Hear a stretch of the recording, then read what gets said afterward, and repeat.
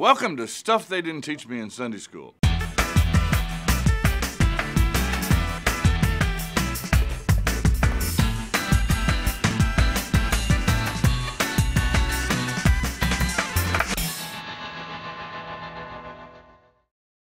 Genesis 15 has to be one of the strangest chapters in the Old Testament. And this is one that really never makes the Sunday school lessons. It's a little gory. Well, actually, it's a lot gory.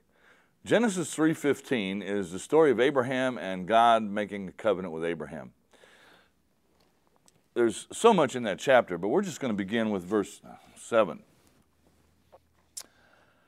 He also said to him, I am Yahweh who brought you out of Ur of the Chaldeans to give you this land to take possession of it. But Abram said, O sovereign Yahweh, how can I know that I will gain possession of it? So Yahweh said to him, Bring me a heifer, a goat, a ram, each 3 years old, along with a dove and a young pigeon. So bring a menagerie from the farm in here. Abraham brought all these to him, cut them in two, and arranged the halves opposite each other. The birds, however, he did not cut in half. Then the birds of prey came down on the carcasses, but Abraham drove them away. He takes the animals that God says to bring, and he cuts them in two, lays half here, half there. A bloody mess. As the sun was setting, Abraham fell into a deep sleep. I want you to remember that for this section. For the rest of this time, Abraham's asleep.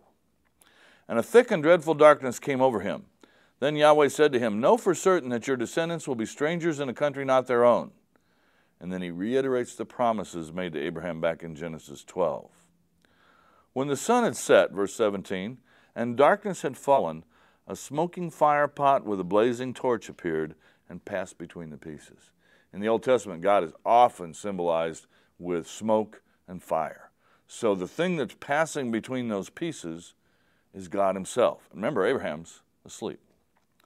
On that day, Yahweh made a covenant with Abraham and said, To your descendants I give this land, from the river of Egypt to the great river, the Euphrates.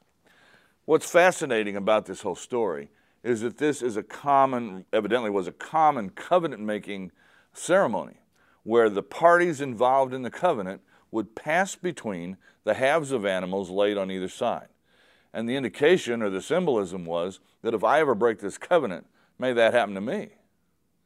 Significant in this story is the idea that God passes between the pieces and Abraham doesn't.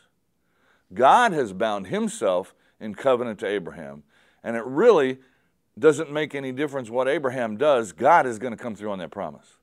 God is going to come through on that promise to make Abraham a great nation, to give him land, to give him offspring, and to make him a blessing to the nations. And it won't make any difference what Abraham does. God sent his son into the world too, for you and me. Didn't make any difference how bad humanity was. In fact, the evil of humanity caused him to send his son.